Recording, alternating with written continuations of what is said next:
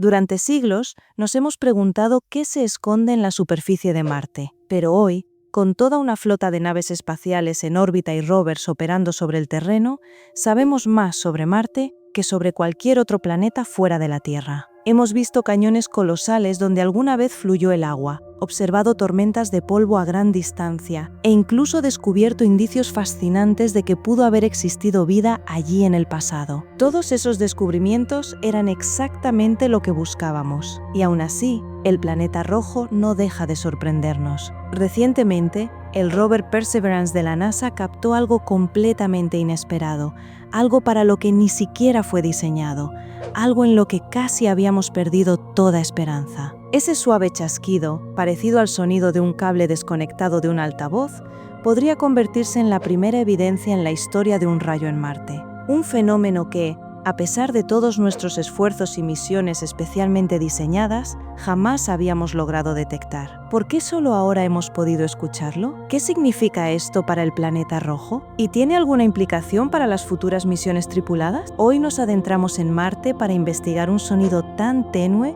que casi pasó desapercibido. Un pequeño chasquido que podría contener la clave para entender cómo funciona la atmósfera marciana, cómo se forman sus tormentas, cuál es la química de su superficie y si algún día los seres humanos podrán caminar por ella con seguridad. La primera nave en aterrizar en la superficie de Marte fue el Viking 1 de la NASA en 1976, seguido meses después por su gemelo, el Viking 2. Estas dos naves transmitieron las primeras imágenes en color de alta resolución de la superficie marciana, revelándonos un paisaje rojizo bajo un cielo anaranjado y polvoriento. Desde entonces, hemos enviado con éxito 8 naves y rovers más a la superficie, 2 de los cuales permanecen activos, los rovers Curiosity y Perseverance de la NASA. Juntos, estos extraordinarios exploradores robóticos han ampliado enormemente nuestra comprensión de Marte. Han demostrado que el planeta estuvo cubierto de agua líquida en el pasado,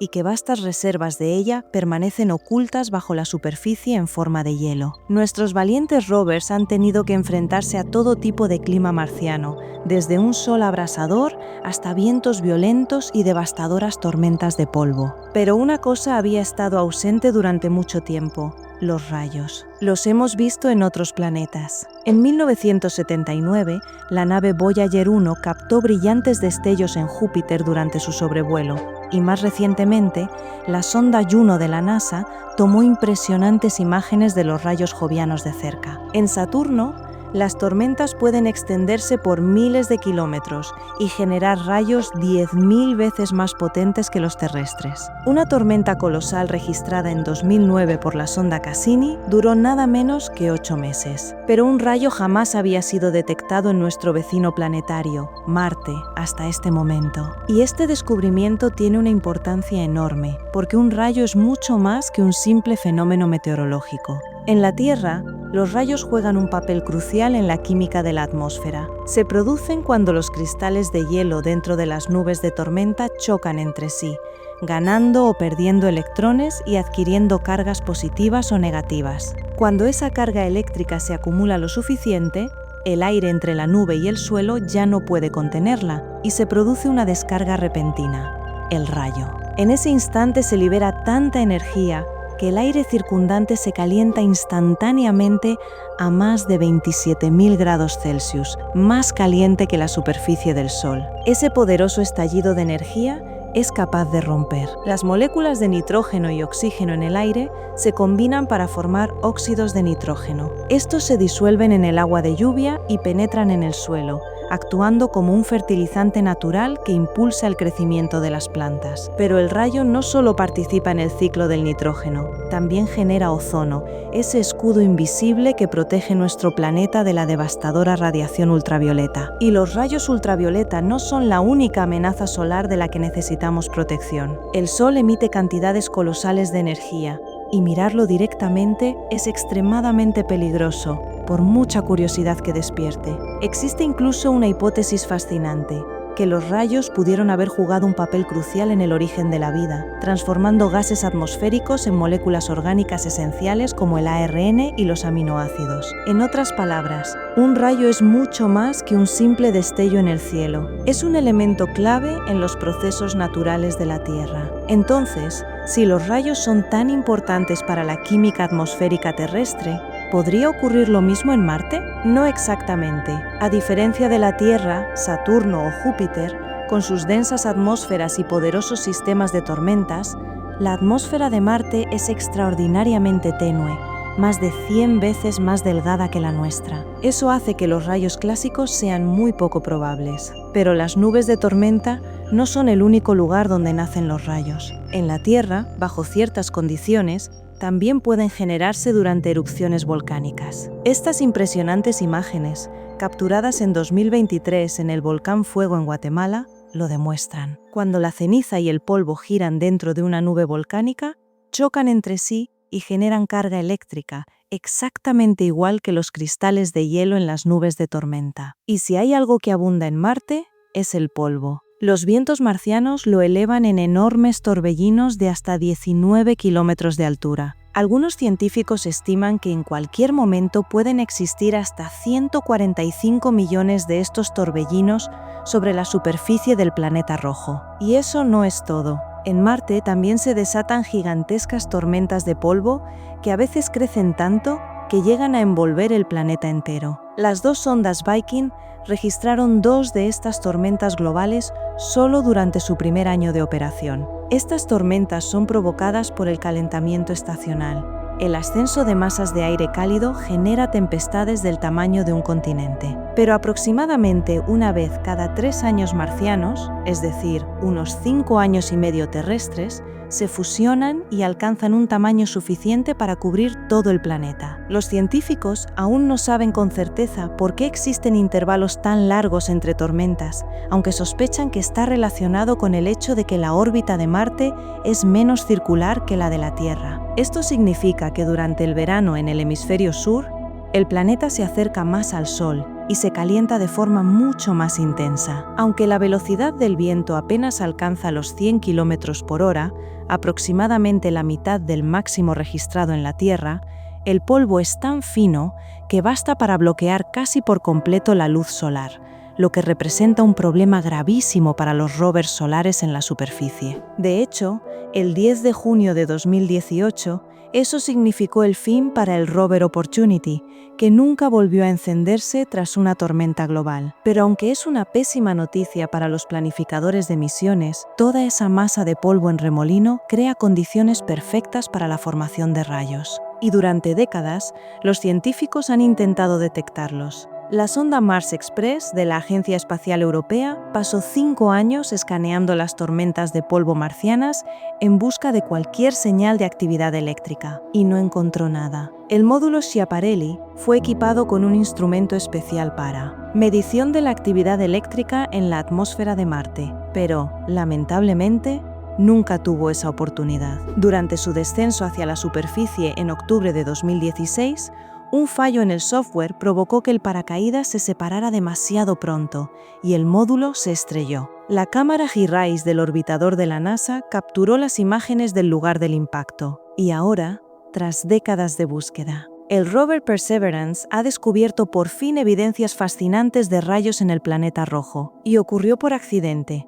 ya que, como se mencionó antes, Perseverance no estaba buscando rayos en absoluto. Su instrumento SuperCam está diseñado para analizar rocas marcianas, las bombardea con un láser y luego analiza la luz y el sonido, que se generan durante ese proceso, pero junto con los sonidos que rebotan en las rocas. El micrófono del SuperCam captó unos extraños chasquidos y crujidos. Este descubrimiento intrigó tanto a los científicos, que un equipo de investigadores de Marte, liderado por Baptiste Chide, del Instituto Francés de Astrofísica y Planetología, analizó minuciosamente casi 45 meses de grabaciones del micrófono del SuperCam. Al final, identificaron 55 chasquidos acústicos, registrados a lo largo de 2 años marcianos, y la mayoría ocurrieron durante tormentas o en el interior de torbellinos de polvo. Todo apuntaba cada vez más al sonido de un rayo marciano, pero ¿Son realmente estas diminutas señales una prueba definitiva? ¿Podría existir alguna otra explicación?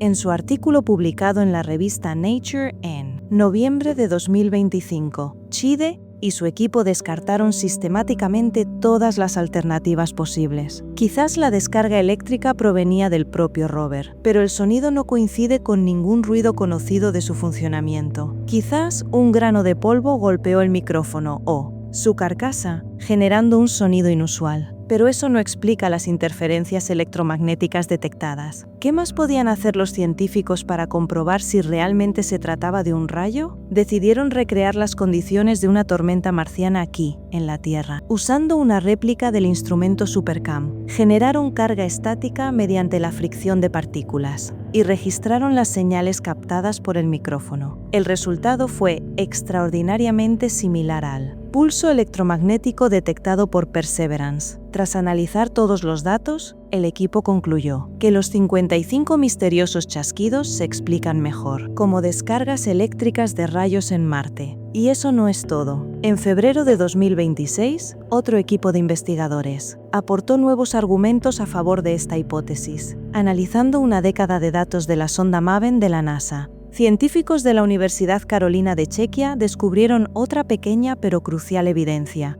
las llamadas ondas silbadoras. En la Tierra, las ondas silbadoras son señales de radio de baja frecuencia, que se propagan a lo largo de las líneas de fuerza del campo magnético de nuestra magnetosfera, y luego se dispersan. Pero lo más fascinante de ellas es su origen.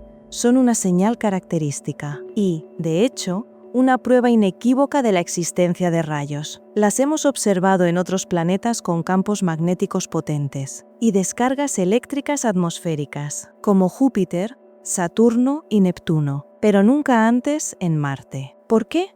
Porque Marte no tiene una magnetosfera global, como esos planetas, ya que los procesos internos que la generaban se detuvieron hace miles de millones de años. Sin embargo, Marte sí posee campos magnéticos corticales localizados. Son significativamente más intensos en el hemisferio sur que en el norte, y ahora se cree que las ondas silbadoras pueden propagarse a lo largo de esas líneas. Cuando durante las tormentas de polvo se produce actividad similar a los rayos, ahora surge la pregunta: ¿es este un fenómeno frecuente? Hasta ahora, con más de 100.000 puntos de datos de la misión MAVEN, el equipo solo se detectó una única onda Whistler en la ionosfera de Marte, y duró apenas 0,4 de segundo. Este tipo de ondas solo puede surgir bajo condiciones extremadamente específicas, debido a la naturaleza inestable de los campos magnéticos marcianos. Además, la sonda MAVEN tendría que encontrarse exactamente en el lugar preciso en el momento exacto,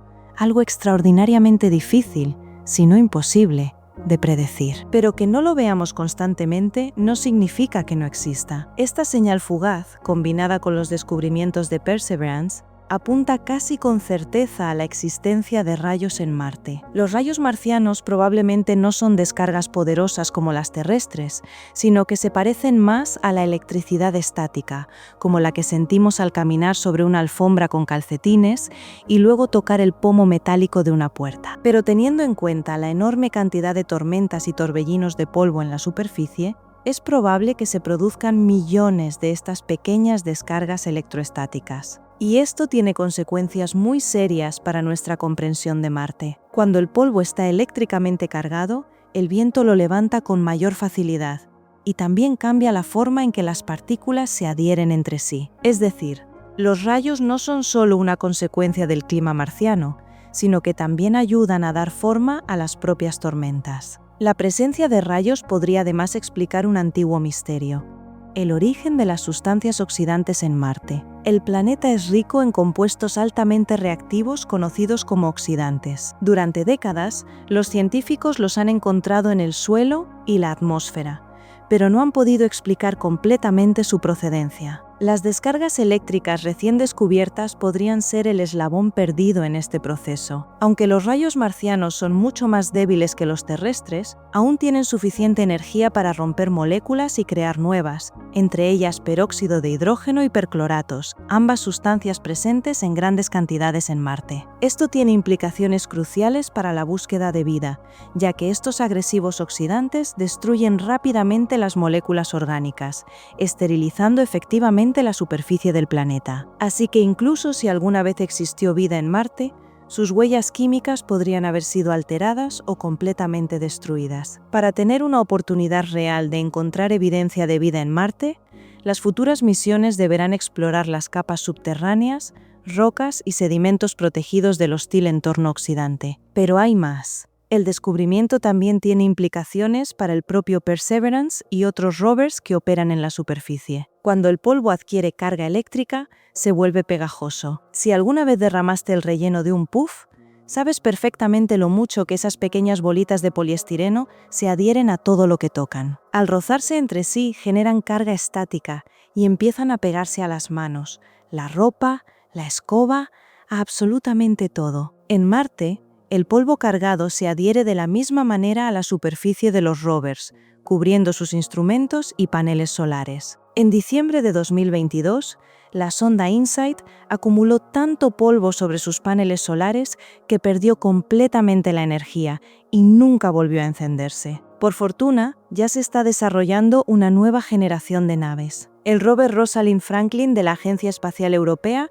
está previsto para su lanzamiento en 2028, y la Organización India de Investigación Espacial está desarrollando la Mars Lander Mission, también conocida como Mangalyaan 2, que tiene previsto partir hacia el planeta rojo en 2030. Pero quizás lo más apasionante de todo es que en el futuro los rovers y módulos de aterrizaje podrían no estar solos en la superficie. Tanto la NASA como SpaceX tienen ambiciosos planes para enviar seres humanos a Marte en la próxima década. En realidad, SpaceX planea enviar sus primeras naves Starship al planeta rojo aproximadamente en 2026, mientras que las misiones lunares Artemis de la NASA ya están en pleno desarrollo. No es Marte, pero su éxito será absolutamente crucial para probar las tecnologías necesarias para enviar seres humanos aún más lejos. Permitirán a los científicos eliminar todas las fallas en la creación de asentamientos duraderos y sistemas de soporte vital en un mundo más allá de nuestro planeta. Pero hay algo para lo que la Luna no nos ayudará a prepararnos: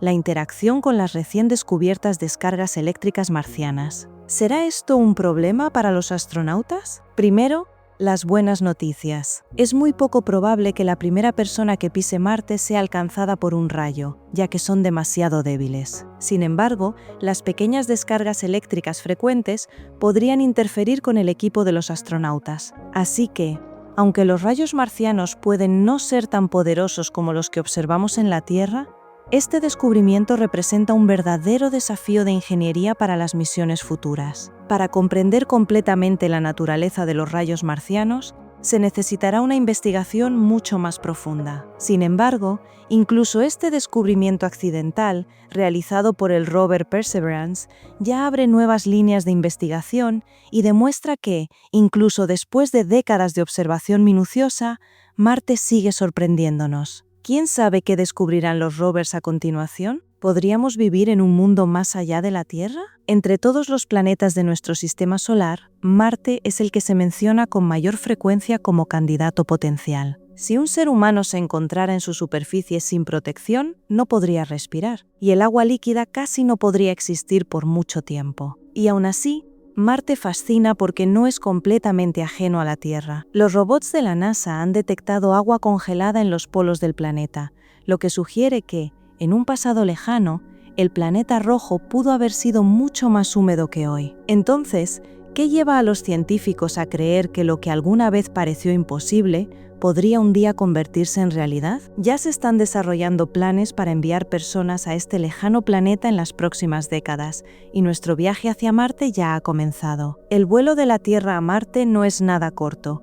Dura aproximadamente entre 6 y 9 meses. Durante todo ese tiempo, la tripulación se encuentra en condiciones de microgravedad, donde el cuerpo humano cambia gradualmente. Los músculos se debilitan, los huesos pierden densidad y el sistema de equilibrio casi deja de funcionar. Por eso, tras aterrizar en Marte, el primer desafío no es construir una base, sino simplemente poder mantenerse en pie. Los primeros pasos del ser humano en Marte podrían ser lentos y torpes. Los astronautas necesitarán horas, y quizás días, para que su sistema nervioso y sus músculos vuelvan a acostumbrarse a la sensación del peso. Imagina el momento en que la escotilla se abre. El cielo marciano no es azul como en la Tierra, sino de un pálido tono rosado anaranjado. Así lo hace la dispersión de la luz en la delgada atmósfera, saturada de polvo fino con óxidos de hierro. Precisamente ese polvo le da a Marte su famoso color rojo. Bajo los pies, un regolito seco y pulverulento, triturado por miles de millones de años de impactos de meteoritos. Pero en Marte,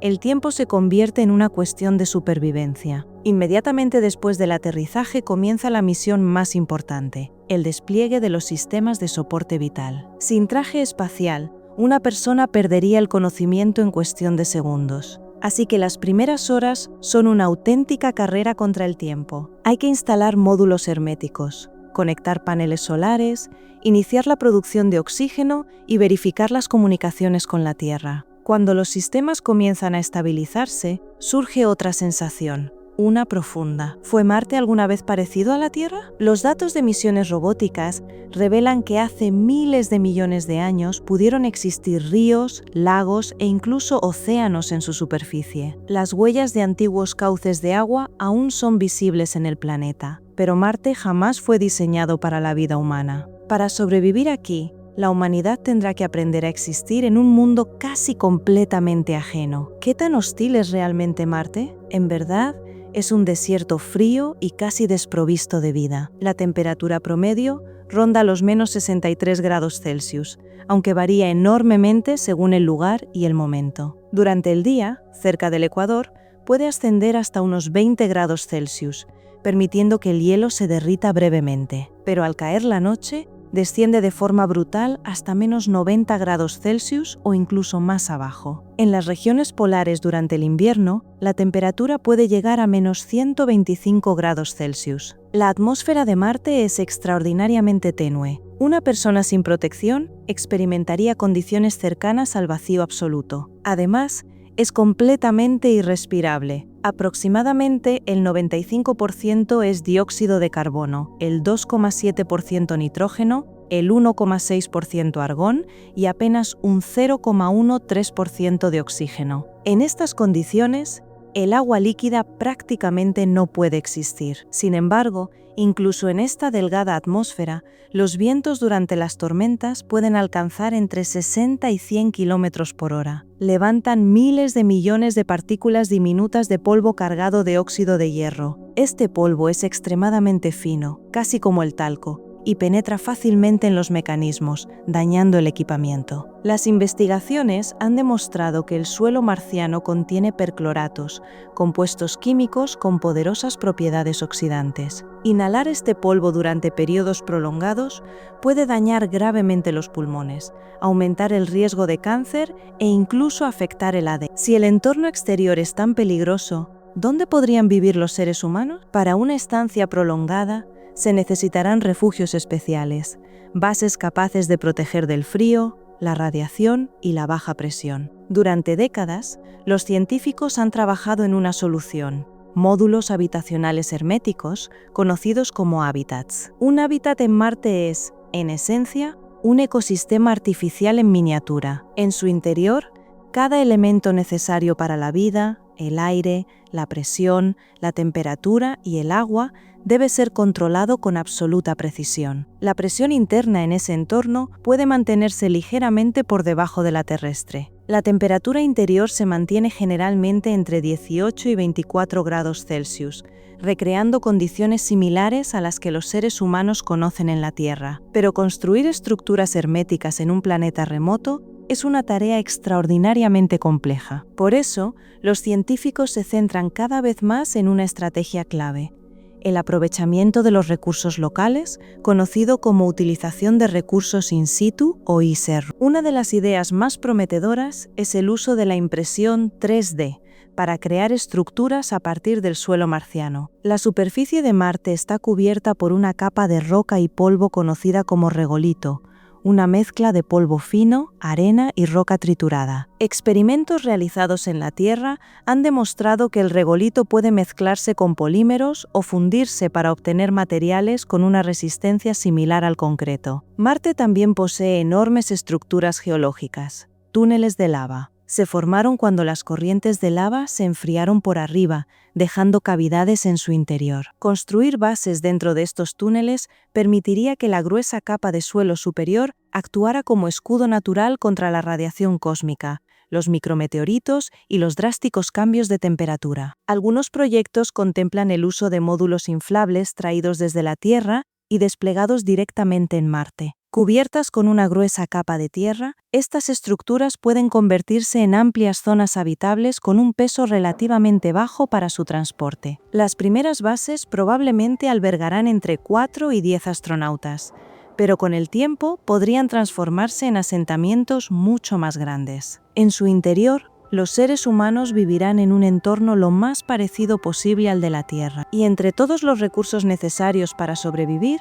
hay uno que supera a todos los demás. No es el oxígeno ni la comida, es el agua. ¿Dónde está el agua en Marte? ¿Podrá la humanidad algún día utilizarla para sobrevivir? Las primeras pistas surgieron cuando las sondas orbitales comenzaron a enviar imágenes de alta resolución. En la superficie del planeta se descubrieron estructuras sorprendentemente similares a las que forma el agua en la Tierra: valles erosionados, cauces de ríos y enormes deltas. Una de las más impresionantes es el Valle Marineris, un cañón colosal de más de 4,000 kilómetros de longitud y hasta 7 kilómetros de profundidad. En algunas de sus secciones hay huellas inconfundibles de antiguos flujos de agua. Datos cruciales llegaron gracias a los radares instalados en las sondas orbitales, en particular el Mars Reconnaissance Orbiter. Su instrumento SHARAD es capaz de penetrar bajo la superficie y detectar capas de hielo. Los resultados revelaron que en muchas regiones de Marte existe hielo de agua bajo la superficie,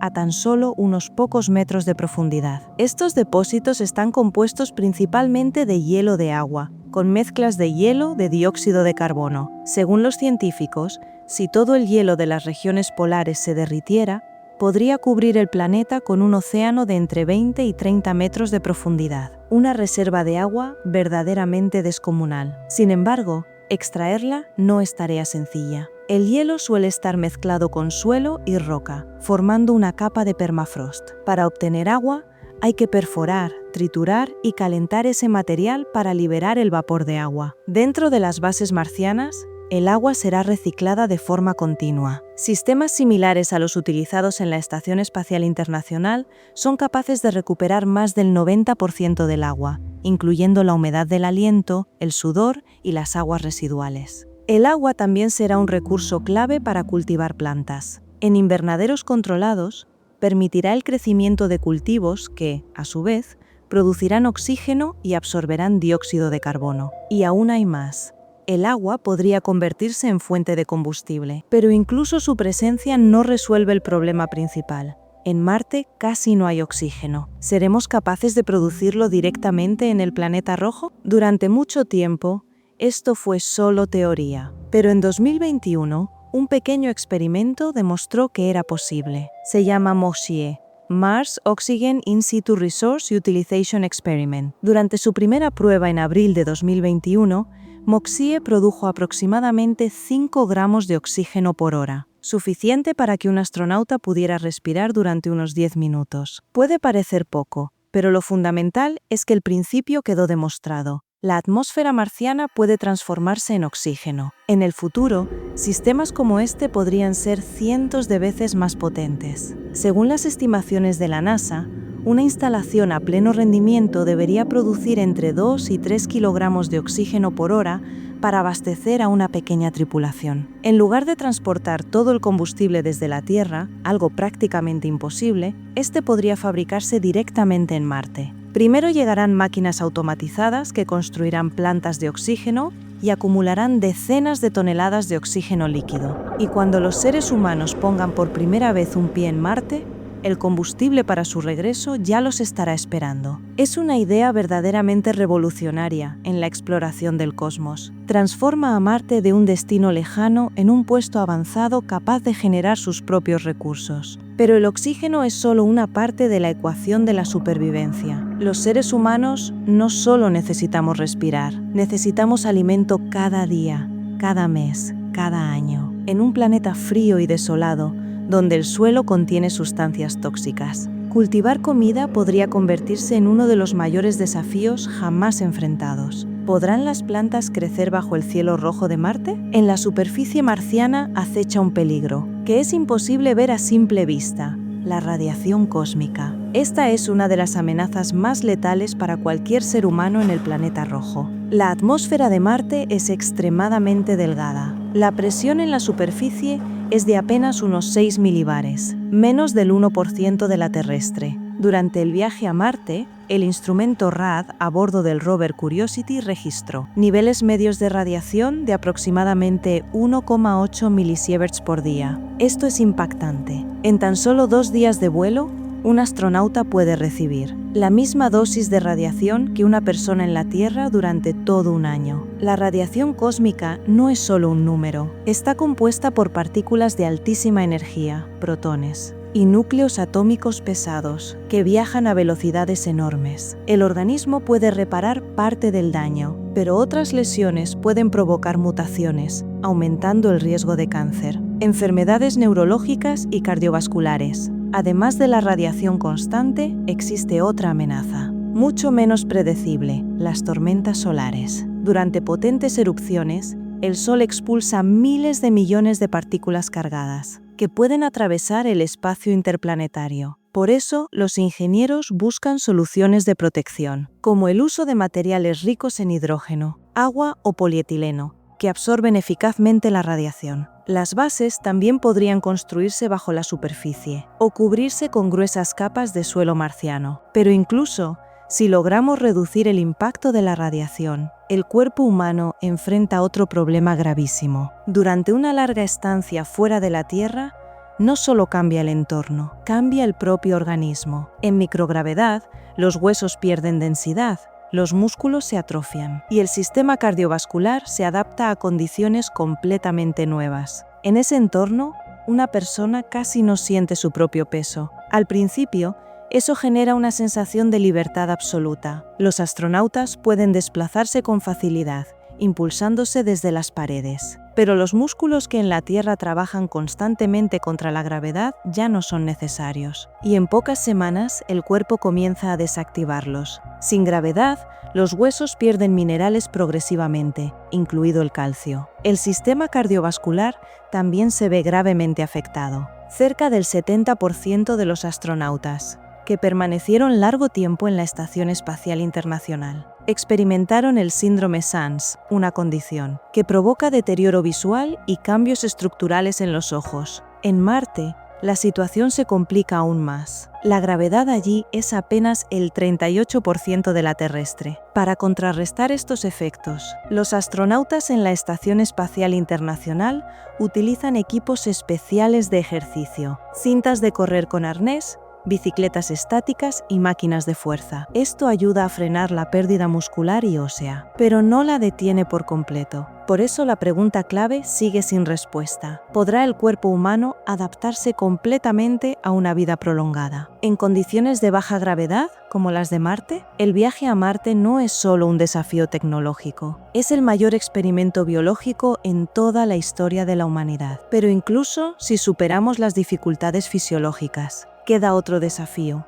menos visible pero igual de devastador. Ese desafío es el aislamiento. Una vez en Marte, los astronautas estarán a cientos de millones de kilómetros de la Tierra, prácticamente separados de toda la humanidad. Un pequeño grupo de personas se verá obligado a convivir durante años, en un espacio cerrado y confinado, lejos de su familia, de sus amigos y del mundo que conocen. Durante meses y meses, estarán en completo aislamiento, comunicándose con la Tierra con retrasos similares a los que se esperan en Marte. Las investigaciones demuestran que los seres humanos son capaces de adaptarse a estas condiciones, pero nunca resulta fácil. Los científicos han observado un aumento del estrés psicológico, sensaciones de soledad, cambios de humor e incluso conflictos entre los miembros de la tripulación. Los psicólogos desempeñarán un papel absolutamente crítico en la selección de personas capaces de colaborar eficazmente, controlar sus emociones y mantener la estabilidad mental durante un aislamiento prolongado. Algunos investigadores incluso sugieren que las futuras bases marcianas deberían diseñarse teniendo en cuenta la salud psicológica. Los sistemas de iluminación artificial podrían reproducir los ciclos naturales de luz solar de la Tierra. Los espacios habitables probablemente deberán ser lo suficientemente amplios para reducir la sensación de encierro. Los astronautas también necesitarán mantener contacto regular con sus familias mediante videomensajes, incluso aceptando los inevitables retrasos en la señal. ¿Pueden los seres humanos realmente mantener la estabilidad psicológica estando a cientos de millones de kilómetros de la Tierra? ¿Podrá un pequeño grupo de personas construir una sociedad en miniatura, en un mundo completamente ajeno? Estas preguntas ya se investigan activamente hoy en día. La carrera hacia Marte comenzó silenciosamente hace muchos años, pero en la última década ha empezado a acelerarse a un ritmo sin precedentes en la historia de la exploración espacial. La NASA desarrolla una hoja de ruta a largo plazo orientada a enviar humanos a Marte entre la década de 2030 y principios de los años 2040. El programa Artemis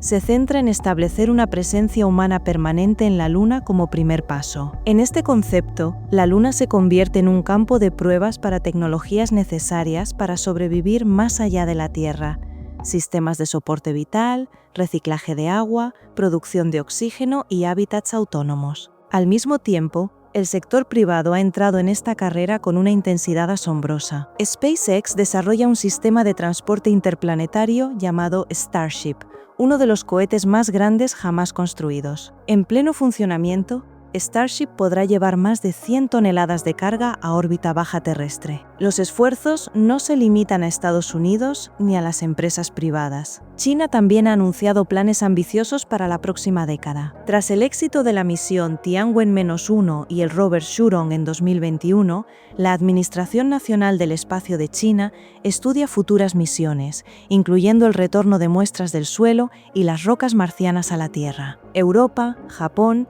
y muchos otros países también contribuyen a la exploración de Marte y al desarrollo de tecnologías relacionadas. Eventos poco frecuentes pero devastadores, como el impacto de asteroides, cambios climáticos drásticos o catástrofes de escala cósmica, tienen el potencial de alterar radicalmente la habitabilidad de un planeta entero. ¿Se convertirá Marte realmente en el segundo hogar de la humanidad? ¿O permanecerá como un frágil puesto avanzado suspendido en el vacío infinito del cosmos? Marte no es un paraíso esperando ser descubierto, sino una prueba implacable de los límites de la tecnología y del instinto de supervivencia. Cada elemento fundamental necesario para la vida, desde el oxígeno para respirar hasta el agua para beber y el alimento para sostener el organismo, no existe allí en una forma lista para ser utilizada. Por eso, la colonización de Marte no es simplemente un acto de exploración, sino una transformación profunda que podría convertirse en el momento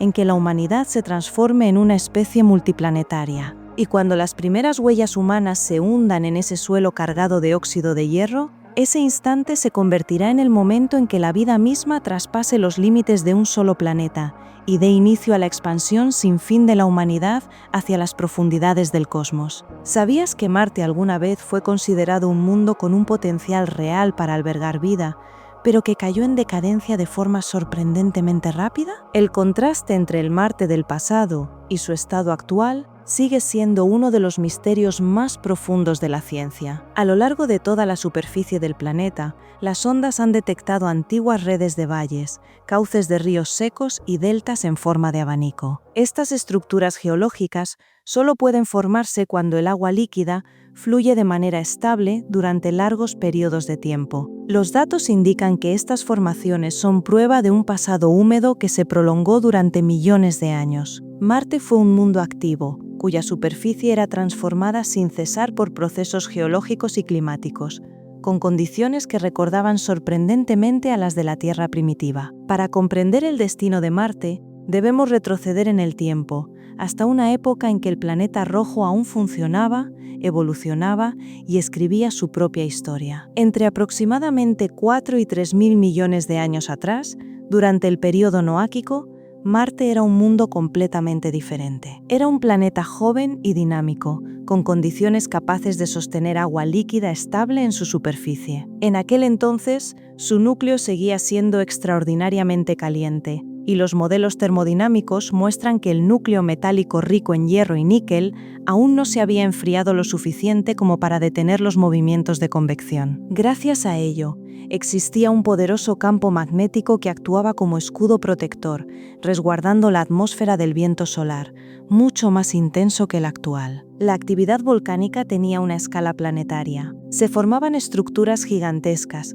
como la región de Tharsis, que liberaban a la atmósfera enormes volúmenes de dióxido de carbono, vapor de agua y otros compuestos volátiles. Se estima que la presión atmosférica durante la época noáquica oscilaba entre varios cientos de milibares y más de un bar, en comparación con los aproximadamente 6 milibares actuales, lo que representa apenas el 0,6% de la presión terrestre. Con una atmósfera suficientemente densa y temperaturas medias más elevadas, se activó un ciclo del agua. Las lluvias caían sobre las jóvenes llanuras. El agua se acumulaba en corrientes, formaba ríos, lagos y grandes cuencas. Esta conclusión se basa en miles de estructuras geomorfológicas registradas desde la órbita. Las densas redes de valles ramificados, especialmente en el antiguo hemisferio sur, son casi idénticas en forma a los sistemas fluviales terrestres generados por erosión prolongada. Su grado de ramificación, profundidad y extensión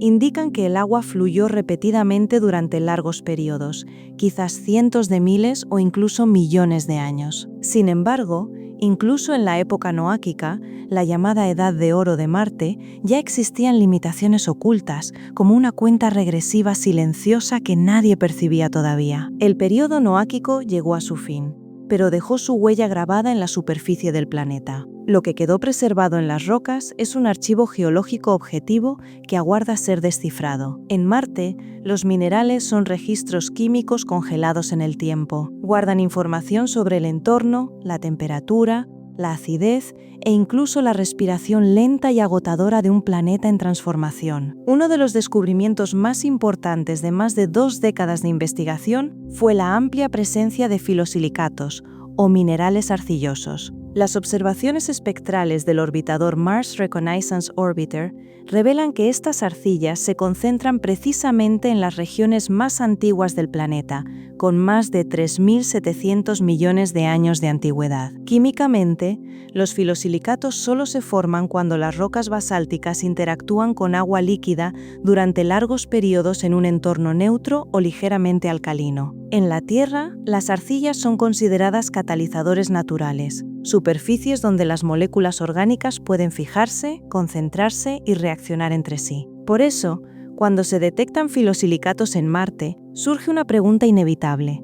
Si las reacciones prebióticas alguna vez tuvieron oportunidad de ocurrir fuera de la Tierra, ¿no sería este uno de los lugares más propicios? Con el tiempo, las firmas químicas comenzaron a cambiar en una dirección inquietante. En lugar de arcillas, aparecieron cada vez más sulfatos, minerales que se forman en entornos más ácidos, frecuentemente asociados a aguas ricas en sulfuros y una intensa evaporación. Un entorno ácido complica enormemente los procesos químicos complejos y resulta mucho menos favorable para estructuras orgánicas estables. En la Tierra, la vida puede existir en tales condiciones, pero de forma mucho más limitada. Y luego están los carbonatos. En teoría, si Marte tuvo una atmósfera rica en dióxido de carbono y agua líquida estable, los carbonatos deberían ser abundantes, como ocurre en la Tierra. Sin embargo, en Marte aparecen de forma escasa y localizada, solo en algunas regiones como Nili Fossae. Esta escasez de carbonatos es una pista crucial. El sistema climático de Marte no funcionó como el terrestre, y su capacidad de autorregulación a largo plazo probablemente fue débil desde el principio. Pero los minerales solo revelan las condiciones. Para entender cómo se comportó el agua, hay que acudir a los lugares donde sus corrientes grabaron su historia profundamente en la superficie del planeta. Una de las evidencias más poderosas son las redes de valles, antiguos sistemas de drenaje que cubren vastas extensiones del hemisferio sur. Vistos desde la órbita, sus formas son inconfundibles, estructuras ramificadas donde pequeños afluentes confluyen en canales mayores, muy similares a los sistemas fluviales formados por lluvias prolongadas en la Tierra. Los análisis geométricos demuestran que estas formas son coherentes con una erosión lenta y repetida causada por corrientes de agua sostenidas durante largos periodos. Los modelos hidrológicos indican que, para generar esa densidad y profundidad de redes de valles, Marte necesitó precipitaciones o escorrentía superficial durante al menos cientos de miles de años, y en algunas regiones, posiblemente varios millones. Esto nos obliga a reconocer un hecho fundamental. El agua líquida en el antiguo Marte no fue una excepción rara ni pasajera. El cráter Jezero ofrece una evidencia aún más sutil pero convincente. Con aproximadamente 45 kilómetros de diámetro, albergó en su día un antiguo lago. Especialmente notable es el delta en forma de abanico a lo largo del borde occidental del cráter. Las capas de sedimentos, donde el tamaño de los granos disminuye progresivamente de abajo hacia arriba, indican una acumulación de material en aguas tranquilas o de escasa corriente. En la Tierra, estas estructuras se forman a lo largo de miles o decenas de miles de años, cuando los ríos transportan sedimentos hacia lagos o mares. Los datos del rover Perseverance confirman que las capas de roca en Jezero presentan características sedimentarias típicas de un entorno acuático estable y no de inundaciones catastróficas. Por eso Jezero fue elegido como el lugar clave para la búsqueda de antiguas biosignaturas. Más cerca del Ecuador se encuentra el cráter Gale, una enorme cuenca de 154 kilómetros de diámetro. En su centro se eleva el monte Sharp, también conocido como Aeolis Mons, que alcanza casi 5 kilómetros de altura. Esta montaña no surgió por actividad tectónica ni volcánica, sino que es una masiva acumulación de capas sedimentarias depositadas a lo largo del tiempo. Las investigaciones del rover Curiosity han revelado datos fascinantes sobre la historia geológica de este lugar. Muchos de estos estratos se formaron en un entorno lacustre, con ciclos repetidos de humedad y sequía. Considerando el grosor de los sedimentos y las tasas estimadas de acumulación, el lago en el cráter Gale pudo haber existido durante millones de años, tiempo más que suficiente para que ocurrieran procesos químicos complejos. Toda esta evidencia apunta a una sola conclusión. El antiguo Marte sostuvo un ciclo hídrico activo durante periodos prolongados. Si el agua permaneció estable tanto tiempo, si lagos y ríos existieron durante millones de años, surge inevitablemente la pregunta: ¿tuvo Marte alguna vez un océano, especialmente en su hemisferio norte? La hipótesis del océano en el hemisferio norte parte de una observación simple pero impactante: una diferencia de relieve asombrosa entre ambos hemisferios. El hemisferio norte se encuentra en promedio entre 4 y 5 kilómetros por debajo del sur, formando una inmensa cuenca conocida como las tierras bajas del norte. En la Tierra, diferencias de altitud de esta magnitud suelen corresponder a cuencas oceánicas. Algunos mapas topográficos elaborados con datos de las sondas Mars Global Surveyor y Mars Reconnaissance Orbiter revelan contornos sinuosos que se extienden miles de kilómetros y recuerdan antiguas líneas costeras. Según distintos modelos, si ese océano existió, pudo haber cubierto entre el 20 y el 30% de la superficie de Marte, conteniendo un volumen de agua equivalente a una capa global de varios cientos de metros de profundidad. Aquí es donde se desata el gran debate. A diferencia de las costas terrestres, las líneas costeras propuestas en Marte no son uniformes. Esta irregularidad lleva a muchos científicos a dudar de si realmente son huellas de un océano, o si podrían ser el resultado de erosión, deformación cortical u otros procesos geológicos. La situación se complica aún más por el vulcanismo y los flujos de lava. Durante miles de millones de años, el hemisferio norte experimentó erupciones masivas, y la lava pudo inundar la superficie, ocultando estructuras antiguas y borrando o distorsionando los rastros del agua. También existe la hipótesis de que las tierras bajas del norte no se formaron por acción del agua, sino como consecuencia de un impacto gigantesco en los primeros tiempos de la historia de Marte. Un golpe de esa magnitud pudo haber creado un desequilibrio global del relieve que el agua y los procesos climáticos simplemente aprovecharon temporalmente como cuenca. En ese caso, el océano, si existió, no fue la causa sino la consecuencia de una estructura ya formada. A pesar de todo, los modelos de balance hídrico indican que la cantidad total de agua necesaria para generar todos los ríos y depósitos sedimentarios observados es enorme. Si el agua existió únicamente de forma local, en cuencas aisladas,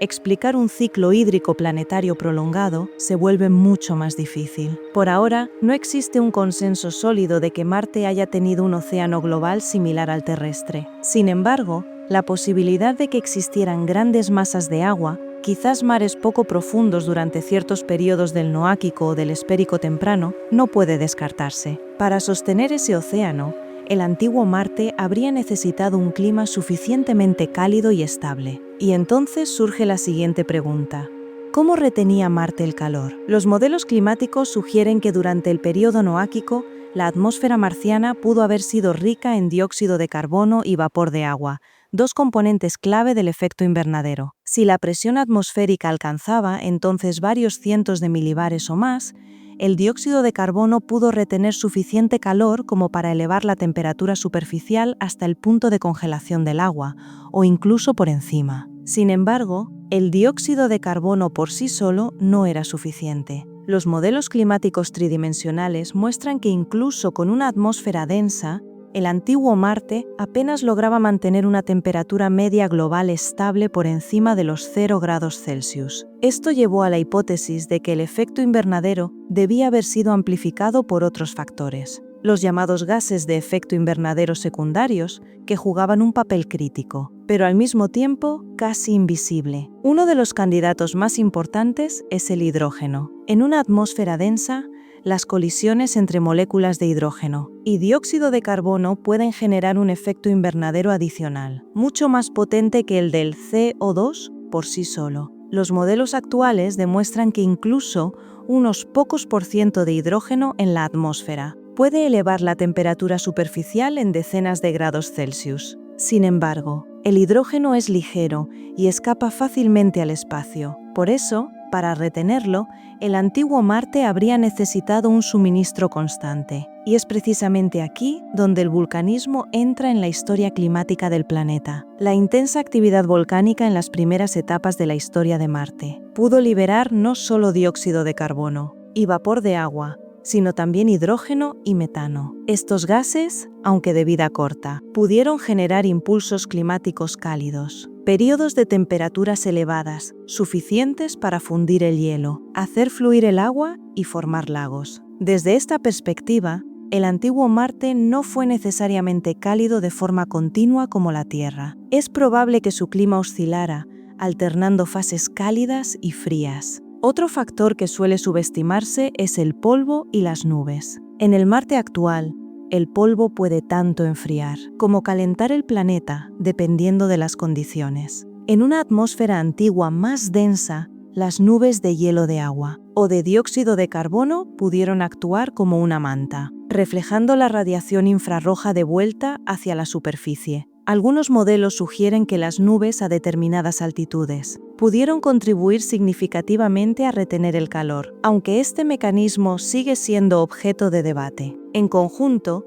todas estas hipótesis conducen a una conclusión fundamental. El clima del antiguo Marte no era simple, lineal ni estable. Lo más probable es que fuera el resultado de un frágil equilibrio entre múltiples factores interconectados: la atmósfera, el vulcanismo, la composición de los gases, las nubes e incluso los parámetros orbitales del planeta. Si las condiciones climáticas permitieron alguna vez que el agua y la energía coexistieran, ¿pudo la vida aprovechar esa oportunidad? Desde el punto de vista biológico, las condiciones mínimas para la vida en el antiguo Marte parecen haber existido realmente. El agua estuvo presente durante periodos prolongados. La energía pudo provenir de la luz solar, de reacciones químicas entre el agua y las rocas o de la actividad hidrotermal bajo la superficie. Los elementos esenciales: carbono, hidrógeno, oxígeno, nitrógeno, fósforo y azufre han sido confirmados en la corteza marciana. Sin embargo, la existencia de condiciones no implica la existencia de vida, y ese es un límite que la ciencia debe mantener con claridad. No hay evidencia directa de que, Marte haya estado alguna vez habitado por organismos vivos. No hay fósiles, no hay células fosilizadas, no hay biosignaturas irrefutables. Pero si la vida llegó a surgir, el escenario más probable serían microorganismos simples, similares a las bacterias o arqueas de la Tierra primitiva. Esos organismos no necesitan oxígeno ni ecosistemas complejos. Pudieron existir en el agua entre sedimentos o en lo profundo del subsuelo, donde estarían protegidos de la radiación y la inestabilidad climática. En la Tierra, organismos similares habitan hoy en los entornos más extremos, desde el fondo del océano profundo hasta rocas, enterradas kilómetros bajo la superficie. Por eso las misiones actuales se centran en la búsqueda de antiguas biosignaturas, rastros indirectos de que la vida pudo haber existido alguna vez. El rover Perseverance fue diseñado precisamente para ese propósito. Perfora rocas, recolecta y preserva muestras de sedimentos del cráter G0, un entorno que alguna vez fue rico en agua y perfecto para preservar huellas biológicas. Sus instrumentos analizan estructuras rocosas, compuestos orgánicos y conexiones químicas que podrían revelar antiguos procesos biológicos. Esto nos revela una realidad más profunda. La vida es un fenómeno frágil, no inevitable. Incluso cuando las condiciones iniciales parecen favorables, la vida puede no surgir jamás o surgir y desvanecerse rápidamente. En Marte, la ventana de habitabilidad pudo haber sido simplemente demasiado corta. Cuando el clima empeoró y el agua escaseó, cualquier biosfera primitiva, si es que existió, pudo desaparecer sin dejar rastros claros ni duraderos. La Tierra tenía ventajas enormes: mayor tamaño, un poderoso campo magnético, tectónica de placas y un ciclo climático estable durante miles de millones de años. Marte, no, pudo ofrecer una oportunidad, pero no logró protegerla el tiempo suficiente. ¿Qué transformó entonces a Marte de un planeta con potencial biológico en el mundo estéril que vemos hoy? En las primeras etapas de su historia, Marte poseía un campo magnético global, similar en principio al de la Tierra. Mientras el núcleo metálico fundido permanecía lo suficientemente caliente para mantener una convección activa, generaba corrientes eléctricas y un campo magnético que envolvía el planeta. Pero Marte es mucho más pequeño que la Tierra, apenas la mitad de su diámetro y poco más del 10% de su masa. Su menor tamaño significó una pérdida de calor más rápida. A medida que el núcleo se fue enfriando, la convección se debilitó. El escudo magnético que rodeaba el planeta desapareció. Desde entonces, Marte quedó expuesto sin protección ante las partículas de alta energía del Sol. El viento solar comenzó a bombardear directamente las capas superiores de la atmósfera. Las moléculas ligeras, hidrógeno y oxígeno, se ionizaron, escaparon y fueron arrastradas lentamente hacia el espacio. No ocurrió de golpe, sino que fue un proceso lento e implacable que duró miles de millones de años. La misión MAVEN de la NASA aportó evidencia directa de cómo Marte perdió su atmósfera. Las mediciones demuestran que tras el debilitamiento del campo magnético, el viento solar y la intensa radiación ultravioleta comenzaron a erosionarla activamente, con tasas de pérdida mucho más elevadas que las actuales. La atmósfera no es simplemente aire, es el escudo térmico del planeta. Cuando se adelgaza, la presión cae, el agua líquida se vuelve inestable y con ella se destruye todo el equilibrio climático y geoquímico. El campo magnético era el pilar que permitía a Marte conservar agua y calor. La Tierra lo tuvo, Marte no. Y esa diferencia determinó dos destinos completamente distintos. Con la pérdida de la protección magnética, la atmósfera fue desapareciendo gradualmente. Las temperaturas cayeron y el agua se evaporó o se congeló. Cuando la presión descendió por debajo del nivel crítico, ríos y lagos se secaron, el sistema hidrológico colapsó y el planeta perdió toda capacidad de regular su clima. Hoy el agua en Marte existe principalmente como hielo, pero el hielo no sostiene los procesos activos que hacen vivo a un mundo. Así, Marte pasó de ser un mundo dinámico a un desierto frío y casi inmóvil. Fue el colapso de todo un sistema interconectado. A diferencia de él, la Tierra atravesó catástrofes climáticas, pero se recuperó gracias a su tamaño, su potente campo magnético y su tectónica de placas. A pesar de un origen similar, vulcanismo compartido y agua en abundancia, la diferencia decisiva fue la escala. La Tierra pudo proteger la vida. Marte, no. Esto nos enseña algo fundamental. No basta con que la vida aparezca, hay que protegerla constantemente. El antiguo Marte tuvo una atmósfera densa y agua fluyendo en su superficie,